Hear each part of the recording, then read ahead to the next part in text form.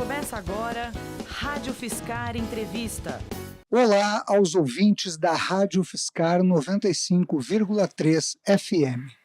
Dando sequência à série de entrevistas que nós estamos fazendo sobre o lixo, que é um problema de todos, ou o aproveitamento e reaproveitamento dos resíduos sólidos, nós estamos entrevistando hoje a Gabriela Otero. A Gabriela Otero é geógrafa, a única brasileira a participar do Diálogo Global sobre tecnologia para cidades resistentes. É um evento da ONU que acontece no Japão. Atualmente, a Gabriela é coordenadora do Departamento Técnico da ABRELP, Associação Brasileira de Empresas de Limpeza Pública e Resíduos Especiais. Gabriela, muito boa tarde. Boa tarde, obrigada pelo convite, é um prazer. E nós que te agradecemos, tá? Bueno, a ação humana sobre o planeta de longa data tem causado sérios problemas ambientais. Entre estes, destaca-se a grave questão dos resíduos sólidos ou da administração destes resíduos. Nesse sentido, nós te perguntamos o seguinte: a Lei 11.445 de 2007, ou Lei do Saneamento Básico, a Lei Federal 12.305 de 2010, ou a Política Nacional de Resíduos Sólidos, PNRS, que foi regulamentada através do Decreto Federal 7.404 de 2010, refletem a realidade sobre os problemas brasileiros relativos ao gerenciamento responsável dos resíduos sólidos, Gabriela? Então, essas leis, e eu digo especialmente a 12.305, que é a nossa carinhosamente chamada de PNRS, ela reflete a preocupação e as possibilidades de soluções para a realidade brasileira. Essa lei, vista de fora, ela é de vanguarda, ela é muito admirada porque ela traz conceitos muito inovadores, dentre eles o que a gente chama de responsabilidade compartilhada pelo ciclo de vida de um produto, ou seja, o produto ele não acaba no pós-consumo. Você tem o resíduo e esse resíduo precisa ter uma trilha de vida aí até ser reaproveitado completamente ou ter um fim adequado. Além da responsabilidade compartilhada e de trazer toda a responsabilidade de nós, cidadãos geradores, da forma como a gente tem que se posicionar, seja diminuindo o nosso consumo, seja colocando no dia certo e da forma certa o nosso resíduo, você tem também uma indústria participante, você tem as prefeituras, os órgãos estaduais, a União, todos no mesmo tabuleiro, sob as mesmas regras, só que com atribuições diferentes. E é nisso que ela é bastante inovadora e o papel é bem claro de cada um. O papel ou a única falha nesse sistema que parece tão bem azeitado é que nós não temos ainda uma fiscalização efetiva de tudo que precisa ser feito e cumprido. Então, a nossa realidade, que ainda é uma realidade, infelizmente, de lixões, né, e de descarte irregular, e de tantos outros problemas, na verdade, é resultante da falta de fazer valer essa lei, e não deveríamos precisar, mas como as pessoas não têm plena consciência, precisamos ter a conscientização, mas também a fiscalização. Perfeito. Eu também te pergunto o seguinte, Gabriela, eu estive acompanhando uma reportagem da jornalista Vanessa Barbosa para a revista Exame, e nessa reportagem a Vanessa diz que no estado de São Paulo são gerados 56,626 toneladas de lixo diariamente. Deste volume, 55.967 é coletado e somente 42.715 tem uma destinação final adequada. Isso faz com que tenha aí uma sobra de 13.911 toneladas por dia, ou no bruto 13.252 toneladas que não tem uma destinação. Eu te pergunto, o que é feito com esse lixo, com este resíduo?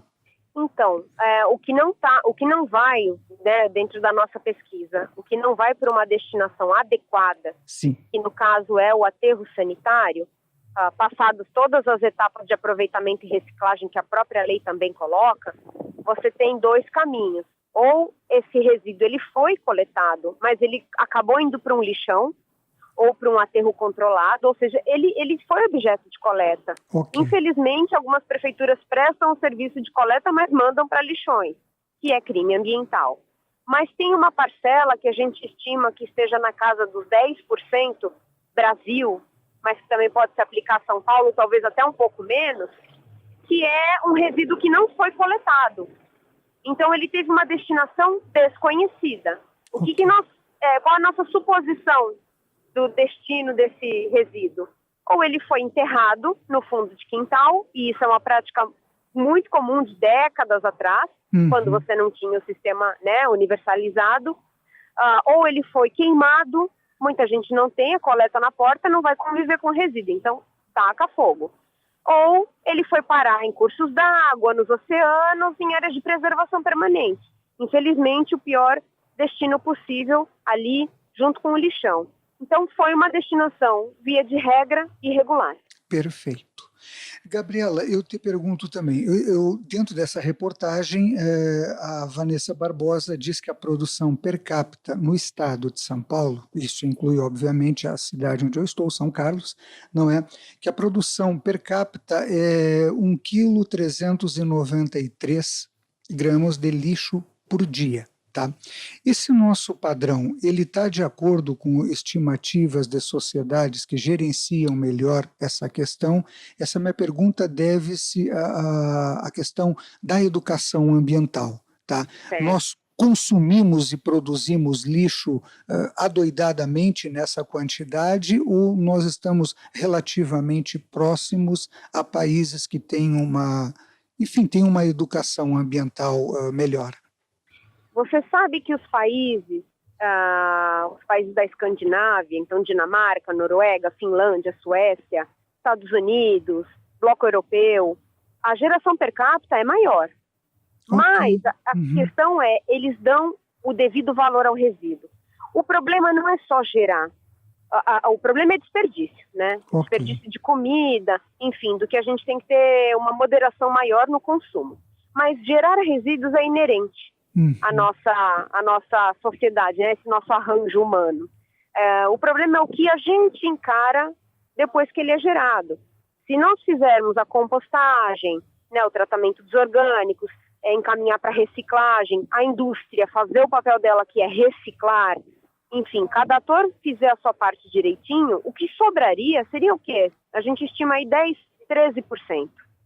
Aí sim, esse resíduo que não pode ter um aproveitamento, ainda assim poderia gerar energia, né? Nós temos aí várias tecnologias já testadas no mundo para pegar essa parcelinha, que a gente chama de rejeito, e transformar em energia. O problema não está nos índices de geração. Eles são um problema quando eles refletem aí um desperdício muito grande de alimentos. Mas quando não, se há um correto gerenciamento e aproveitamento, isso não é um indicador de sustentabilidade ou de conscientização. Você tem a Noruega, que tem vários exemplos bons, Dinamarca, né, Dinamarca aí, com planos de adaptação climática admiráveis, Estados Unidos, Nova York, Califórnia, que tem índices maiores que esse e fazem o gerenciamento correto. Então, não devemos nos ater só à quantidade que nós geramos, e sim no que não é feito com essa quantidade, que infelizmente no Brasil uma boa parte vai direto literalmente para o lixão. Perfeito, perfeito. E, Gabriela, eu te pergunto, assim, dentro das tuas pesquisas, quais são hoje, no estado de São Paulo, por exemplo, ou no Brasil, as principais iniciativas no sentido de educação ambiental? Elas vêm de algum órgão governamental ou há uma mobilização da sociedade civil em torno dessa problemática? Olha, a gente pode elencar várias iniciativas. As prefeituras, elas são as titulares, elas são as responsáveis diretas por lei pela gestão dos resíduos sólidos urbanos. Okay. Então, da parte de prefeituras, o que a gente pode assim, elencar e colocar como bons exemplos no estado? Temos a cidade de Santos, no litoral da Baixada Santista, que desde o ano passado promulgou uma lei, criou uma política pública de estímulo à reciclagem, à coleta seletiva, e tem melhorado seus índices e engajado a população, e já está avançando para outras searas aí do resíduo, como o próprio tratamento dos resíduos orgânicos. A cidade de São Paulo, a capital, tem a planta de compostagem da Lapa, né, de tratamento de resíduos de feira, e tem as centrais mecanizadas de triagem dos resíduos recicláveis, as embalagens, também são iniciativas muito interessantes de conhecer.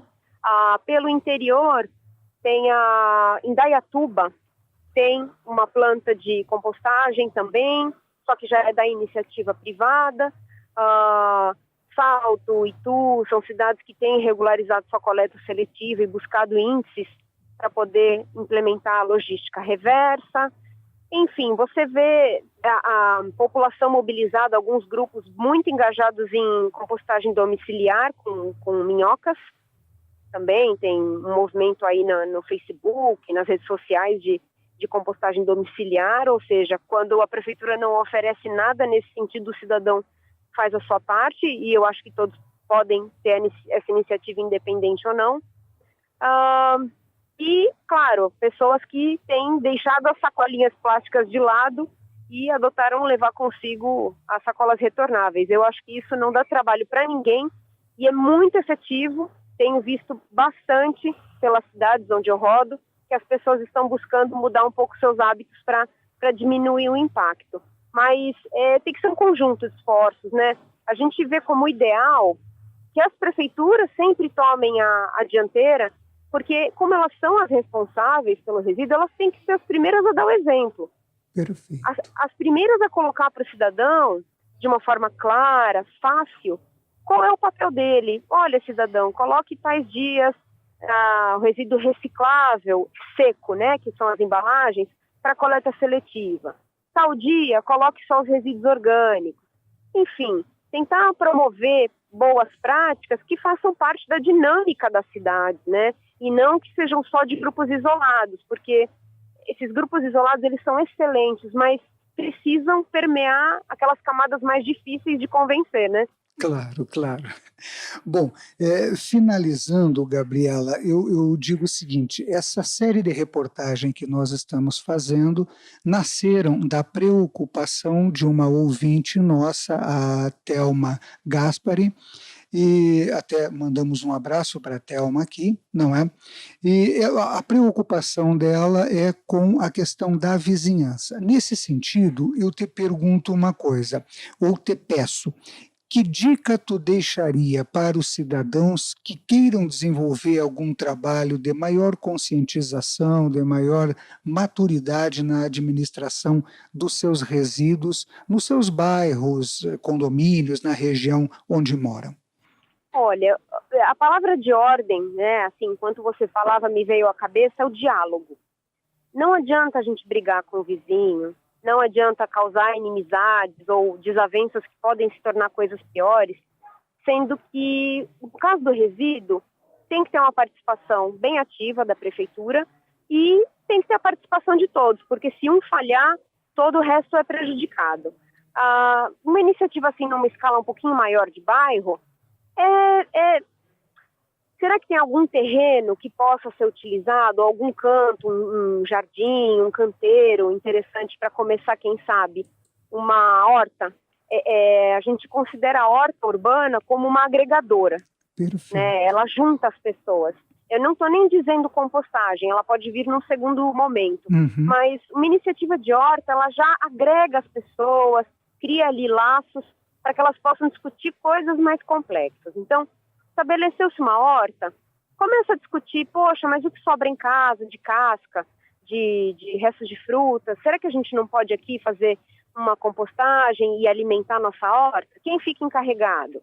Aí define quem fica encarregado, faz um rodízio de responsabilidades, vai criando uma dinâmica que se adeque ao bairro. Se é um bairro, por exemplo, num centro antigo, fica bastante difícil, porque o centro antigo é muito comercial, tem muita circulação. Então, quem sabe aí pensar numa iniciativa mais de separar as embalagens, coordenar uma educação com os comerciantes para que eles não sujem a rua.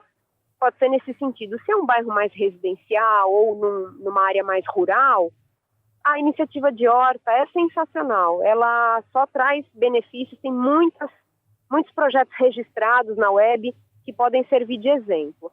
E a partir daí discutir resíduo numa segunda ou num terceiro momento, porque é um assunto que as pessoas não gostam de conversar muito diretamente. Então você tem que usar o resíduo, ele tem que ser transversal a outros temas. Okay. Dá para falar de resíduo até em segurança, né? Então, se tem descarte irregular de entulho, como que termina com isso?